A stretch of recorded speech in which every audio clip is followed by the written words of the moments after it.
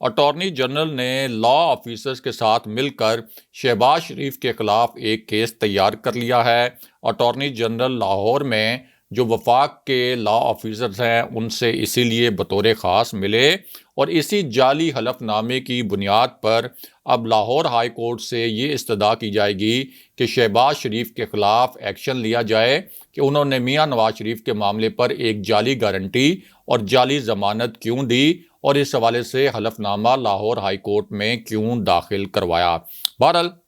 اب بات کرتے ہیں کہ مریم نواز کی نئی آڈیو اور ویڈیو لیک ہونے کی کہانی کیا ہے، اور مختصراً آپ کو ایک اور ہائی پروفائل میٹنگ کا جو دلچسپ احوال ہے وہ بھی مختصراً سناتے ہیں۔ تو معاملہ یہ ہے کہ یہ ایک انتہائی اہم نوعیت کا اجلاس تھا۔ وزیراعظم عمران خان اس اجلاس کو چیئر کر رہے تھے، یعنی اس اجلاس کی صدارت کر رہے تھے، اور اسی اجلاس میں وزیراعظم کے جو 8-10 قریبی وزراء ہیں وہ شریک تھے۔ اس کے علاوہ اسی اجلاس میں پی ٹی آئی کے اور جو حکومت کے سپوکس پرسن ہیں، یعنی جو ترجمان ہیں، وہ بھی شریک تھے۔ اسی اجلاس میں 2 وزراء نے وزیراعظم عمران خان سے ایک معنی خیز سوال پوچھا، اور وہ سوال یہ تھا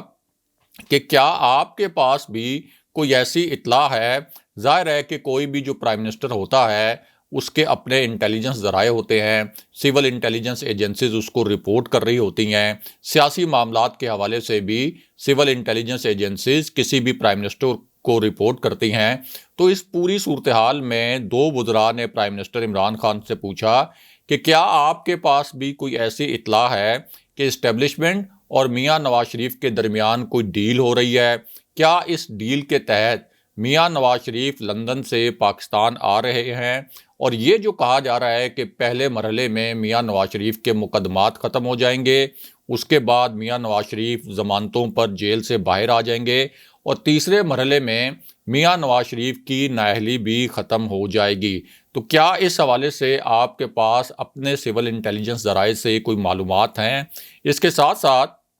پرائم منسٹر سے یہ سوال بھی کیا گیا کہ ان کے اسٹیبلشمنٹ کے ساتھ اس وقت کس نوعیت کے تعلقات ہیں؟ کیا سول حکومت اور فوج کے درمیان جو ایک پیج تھا وہ اب بھی قائم ہے؟ کیونکہ اپوزیشن کے حلقوں نے تو یہ بڑا ایک گہرا تاثر بنایا کہ اب حکومت اور فوج ایک پیج پر نہیں ہیں۔ خاص طور پر یہ کہا گیا کہ نئے D G I S I کی تعیناتی کے حوالے سے جو ایک پیچیدہ صورتحال پیدا ہوئی تھی، نئے D G I S I کی تعیناتی کا نوٹیفیکیشن جس میں کچھ تاخیر ہوئی تھی، تو اس کے بعد army chief general Qamar Javed Bajwa prime minister Imran Khan سے کچھ ناراض ہو گئے۔ یہ مسلم لیگ نون اور جو اپوزیشن کے حلقے ہیں ان کا تاثر ہے، اور انہوں نے یہ تاثر بنایا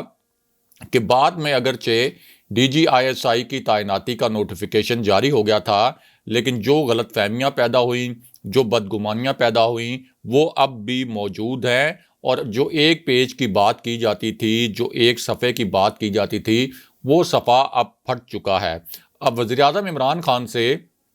2 وزراء نے اس قسم کے سوالات کیے۔ پرائم منسٹر نے ان کے یہ جو سوالات تھے بڑے تحمل کے ساتھ سنے، اور اس کے بعد انہوں نے 2 بڑے معنی خیز اور اہم نکات جو ہیں وہ ان وزراء کو بتائے۔ ایک تو انہوں نے کہا کہ جس طرح کے الزامات میاں نواز شریف اور مریم نواز نے فوج پر لگائے اور فوجی قیادت پر لگائے، جس طرح سے میاں نواز شریف نے فوج کے خلاف سازشیں کیں، جس طرح سے برطانیہ میں بیٹھ کر ریاست مخالف عناصر سے ملاقاتیں کیں، جس طرح سے پاکستان کے اندر ریاست مخالف عناصر کو ملا کر پاک فوج کو عالمی سطح پر بدنام کرنے کی کوشش کی، پھر بلوچستان کے حساس علاقوں میں ریاست مخالف عناصر کو ملا کر پاکستان کے خلاف، پاکستان کی سلامتی کے خلاف اور پاک فوج کے خلاف تقریریں کروائی گئیں، پھر خیبر پختونخوا کے جو حساس علاقے ہیں وہاں ریاست مخالف عناصر کو ملا کر، فوج مخالف عناصر کو ملا کر فوج کے خلاف تقریریں کروائی گئیں، اور جس طرح سے نام لے لے کر فوجی قیادت کو نشانہ بنایا گیا، army chief general Qamar Javed Bajwa پر الزامات کی بوچھاڑ کی گئی، تو ہم نے یعنی تحریک انصاف نے اور میں نے تو ایسا کچھ بھی نہیں کیا، اور ہمیشہ فوج کا احترام اور جو وقار ہے اس کو ملحوظ خاطر رکھا، اور اگر کسی عالمی قوت کی جانب سے پاک فوج پر الزامات لگائے بھی گئے اور بھارت کی جانب سے اگر کوئی گھناؤنی مہم چلائی بھی گئی ہماری فوج کے خلاف، تو ہم نے تو اپنی فوج کو ڈیفینڈ کیا اور فوج کا ساتھ دیا۔ اس کے ساتھ ساتھ پرائم منسٹر عمران خان نے کہا کہ یہ تاثر مکمل طور پر غلط ہے کہ میرے اور اسٹیبلشمنٹ کے درمیان کوئی اختلافات پیدا ہو چکے ہیں۔ ساتھ ہی وزیر اعظم نے کہا کہ ڈیل کی بات ہو یا تنقید کی بات ہو، آپ اپوزیشن کو حکومت پر حاوی نہ ہونے دیں، یعنی اپنے وزراء کو اور اپنے جو سپوکس پرسنز ہیں ان سے کہا کہ یہ جو ڈیل کے متعلق اطلاعات پھیلائی جا رہی ہیں، چاہے یہ معاملہ ہو چاہے ادروائز حکومت پر تنقید کا معاملہ ہو، آپ نے کسی صورت اپوزیشن کو حکومت پر حاوی نہیں ہونے دینا۔ آپ کا برانڈ وزیر اعظم ہے، ایک ایسا وزیر اعظم جو اپوزیشن کی قیادت کے طرح چور اور ڈاکو نہیں ہے، جس پر کرپشن کے الزامات نہیں ہیں، جس نے منی لانڈرنگ کر کے لندن میں اور دیگر ممالک میں شاہی محلات نہیں بنائے، جس نے نیو یارک اور جو دیگر شہر ہیں عالمی شہر وہاں پر کرپشن کر کے کوئی فلیٹس وغیرہ نہیں بنائے۔ آپ کا وزیر اعظم ایک ایماندار اور دیانتدار شخص ہے اور یہی آپ کا برانڈ ہونا چاہیے۔ دوسرا، وزیر اعظم عمران خان نے اسی اجلاس میں یہ بھی بتایا کہ 2 ماہ میں مہنگائی میں بہت زیادہ کمی آنے والی ہے۔ بہرحال اب بات کرتے ہیں کہ مریم نواز کی چھٹی آڈیو اور ویڈیو لیک ہونے کی کہانی کیا ہے اور اس کے کردار کون ہیں۔ تو معاملہ یہ ہے کہ مریم نواز کی یہ نئی آڈیو، جسے ویڈیو کے طور پر تصویریں لگا کر ریلیز کیا گیا، تصویریں لگا کر لیک کیا گیا، یہ ایک بڑے ہی پراسرار طریقے سے لیک ہوئی اور اس کی ٹائمنگ بھی بہت اہم ہے، اور اس کی ٹائمنگ کی وجہ سے ہی اس ویڈیو کو اور اس آڈیو کو بہت ہی معنی خیز قرار دیا جا رہا ہے۔ اور اسی آڈیو اور ویڈیو میں مریم نواز کے ساتھ جو دوسرا کردار ہے اس کی شخصیت بھی بہت پراسرار ہے، اور اس شخصیت کے متعلق بھی یہی کہا جاتا ہے کہ اس شخصیت کے جو مختلف پہلو ہیں ان کے ہمیشہ مختلف پراسرار پہلو ہوتے ہیں، اور یہ ایک ایسی شخصیت ہیں جنہیں خود شہباز شریف بالکل پسند نہیں کرتے۔ کئی مرتبہ وہ اجلاسوں میں کہہ چکے ہیں مسلم لیگ نون کے کہ یہ ایک ایسی شخصیت ہے جس نے فوج سے میاں نواز شریف کو لڑوایا، یعنی میاں نواز شریف کو اکسایا کہ آپ فوج سے لڑیں، اور شہباز شریف نے تو ایک مرتبہ مسلم لیگ نون کے اجلاس میں یہاں تک کہہ دیا تھا کہ اگر میرا بس چلتا تو میں اس شخصیت کو پارٹی میں نہ رہنے دیتا، میں اس شخصیت کو پارٹی سے نکال باہر کرتا۔ لیکن شہباز شریف کی جانب سے اس شخصیت کے لیے اتنی ڈس لائکنگ کے باوجود، شہباز شریف کی جانب سے اس شخصیت کو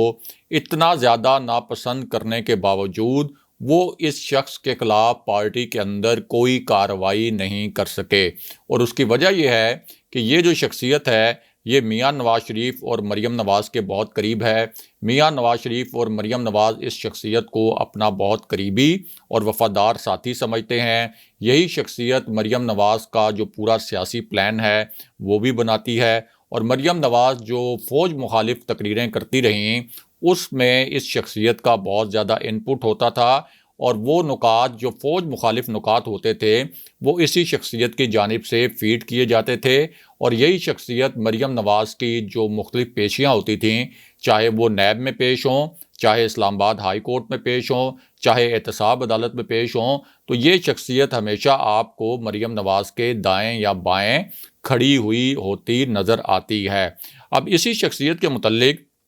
چودھری نثار علی خان نے بھی ایک بڑا انکشاف کیا تھا، اور چودھری نثار علی خان نے یہ الفاظ استعمال کیے تھے کہ ایک شخص ہے جو میاں نواز شریف کی گاڑی سے اترتا ہے اور پھر فوج کے خلاف باتیں کرتا ہے، جب وہ اپنے دل کی بھڑاس نکال لیتا ہے فوج کے خلاف تو اس کے بعد پھر میاں نواز شریف کی گاڑی میں سوار ہو جاتا ہے۔ اسی وجہ سے فوج کو میاں نواز شریف کے متعلق بدگمانیاں پیدا ہوئیں، اور میاں نواز شریف نے بھی اسی شخص کے کہنے پر فوج کے خلاف ایک مہم جوئی کی، اور چودھری نثار علی خان کا تاثر یہ بھی تھا کہ یہ جو شخصیت ہے یہ براہ راست ڈان لیکس میں ملوث تھی۔ چودھری نثار علی خان چونکہ اس وقت وزیر داخلہ تھے، اور نون لیگ کے اندر چودھری نثار علی خان کی جو مخالف ایک لابی تھی جس کا حصہ خواجہ آصف بھی تھے، بعد میں احسن اقبال بھی اس لابی کا حصہ بن گئے، اور ان دونوں نے مل کر مریم نواز کو بھی چودھری نثار علی خان کے خلاف قائل کیا۔ لیکن چودھری نثار علی خان کی جو مخالف لابی ہے مسلم لیگ نون کے اندر جو بہت ایکٹیو رہی، اس میں جو سب سے فعال کردار تھا وہ بھی اسی شخصیت کا تھا، یعنی پرویز رشید۔ اور پرویز رشید کے متعلق چودھری نثار علی خان کہتے ہیں کہ یہ براہ راست ڈان لیکس میں ملوث تھے۔ اب جو نئی آڈیو اور ویڈیو لیک ہوئی ہے، اسی آڈیو اور ویڈیو میں پرویز رشید کو بھی سنا جا سکتا ہے، اور یہ آڈیو مریم نواز کی اس سے پہلے جو لیک ہوئی 5 آڈیوز ان سے مختلف ہے۔ اس آڈیو میں مریم نواز اور پرویز رشید ایک چینل کے متعلق گفتگو کر رہے ہیں، اور پرویز رشید مریم نواز سے یہ کہہ رہے ہیں کہ ایک ٹی وی چینل کے پروگرام میں ہمارے حق میں باتیں نہیں ہو رہی، یعنی ہمارے حق میں باتیں ہونی چاہیے ایک ٹی وی پروگرام میں، لیکن ایسا نہیں ہو رہا۔ اس پروگرام میں ہمارے حق میں باتیں کرنے والے شرکاء ہر صورت ہونے چاہیے۔ اس کے علاوہ اسی آڈیو میں ارشاد بھٹی اور جو دیگر شرکاء ہیں ان کے لیے بہت نامناسب الفاظ استعمال کیے گئے، ان کو تنقید کا نشانہ بنایا گیا، اور یہاں تک کہ ارشاد بھٹی اور دیگر شرکاء کے لیے بھونکنے جیسے الفاظ بھی استعمال کیے گئے پرویز رشید کی جانب سے، اور یہ کہا گیا کہ یہ لوگ نون لیگ پر بھونکتے ہیں۔ اسی آڈیو میں پرویز رشید مریم نواز کو کہتے ہیں کہ اس پروگرام کے 2 شرکاء ایسے ہیں جو نیوٹرل ہیں، یعنی غیر جانبدار ہیں، لیکن ہمارے حق میں بات نہیں کرتے، اور اس کا مطلب یہ ہے کہ نون لیگ کو نیوٹرل اور جو آزاد اور غیر جانبدار جو تجزیہ کار ہیں وہ بھی سوٹ نہیں کرتے، وہ بھی ان کو پسند نہیں ہے۔ اور اس کے بعد پرویز رشید مریم نواز سے یہ کہتے ہیں کہ آپ یہ کریں کہ جس چینل کا یہ پروگرام ہے جس کے متعلق میں آپ کو بتا رہا ہوں، اس چینل کے مالکان سے آپ رابطہ کریں، اور نون لیگ کے حامی تجزیہ کار، یہ لفظ استعمال کیا کہ نون لیگ کے سپوکس پرسن یعنی نون لیگ کے ترجمان، اور ایسے تجزیہ کار جو نون لیگ کی ترجمانی کر سکیں ان کو اس پروگرام میں شامل کروایا جائے، یہ پرویز رشید نے کہا۔ اور اس کے بعد مریم نواز یہ کہتی ہیں کہ انکل آپ بالکل ٹھیک کہہ رہے ہیں، ان پروگراموں میں کوئی ایسے شرکاء نہیں ہیں جو ہمارا موقف بیان کریں، جو ہماری ترجمانی کریں۔ میں پہلے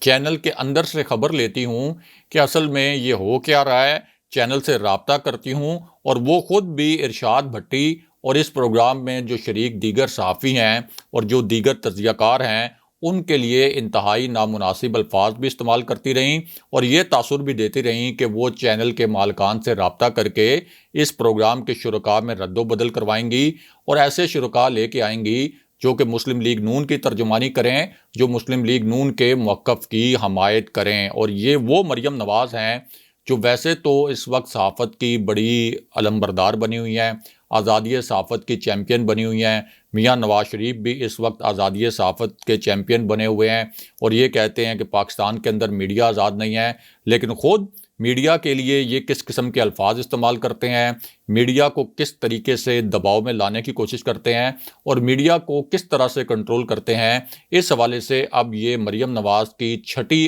آڈیو اور ویڈیو لیک ہوئی ہے، اور اس سے ان کے چہرے پر جو انہوں نے نقاب اڑا ہوا تھا آزادی صحافت کا، علمبردار ہونے کا، وہ نقاب بھی مکمل طور پر اتر گیا ہے۔ اگلے پروگرام تک کے لیے خدا حافظ۔